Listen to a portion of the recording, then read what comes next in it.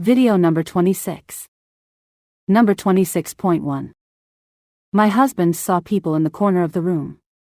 The day he died, our oldest son was the only one not there. We called and told him to hurry, that it wouldn't be long. He walked in and kissed his father on the cheek and told him he loved him. At that moment he took his last breath. He waited for his son. Number 26.2. When my mom's dad was in hospice, a few days before he died, my mom was there with him overnight and woke up to my grandpa laughing and waving to the ceiling. When my mom asked who he was waving at, he said it was all his dead siblings and parents. My mom then said, "Well, tell them to go away because you're not going yet," and he said that they were there to pick him up. Couple of days later she calls me to go and say my last goodbye. All the family was there, so we had to take turns to go in. When I went into his room, I saw my grandpa was having trouble breathing and had his eyes closed. I sat next to my grandma rubbing her hand trying to comfort her, when I noticed the room got slightly brighter. I turned to look at my grandpa and I saw a very faint golden beam of light come in towards him from the ceiling, and when the light touched him, he started breathing normal, opened his eyes with a big smile and reached up to the light. Number 26.3.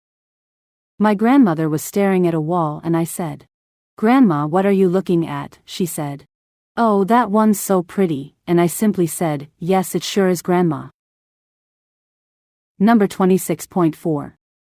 Right before my gram passed, she looked up at the ceiling and said, "The king has called me home," and I told her it was okay to go and we'd all hold down the fort until we got to be together again. She was gone shortly after that and she was smiling. Number 26.5. My aunt was dying in the hospice. On a Tuesday she said, "How does Saturday suit you all?" We all looked at each other, not answering. She then said, "It's best 'cause you will all be off work, plus it's best I go before the awful weather coming." She passed on that Saturday. A week later the biggest snowstorm came to Ireland. Worst in 60 years. Unreal. Number 26.6. My mother-in-law sees her sister who recently passed and her mother. She asks them to take her with them. Number 26.7. I know this is real.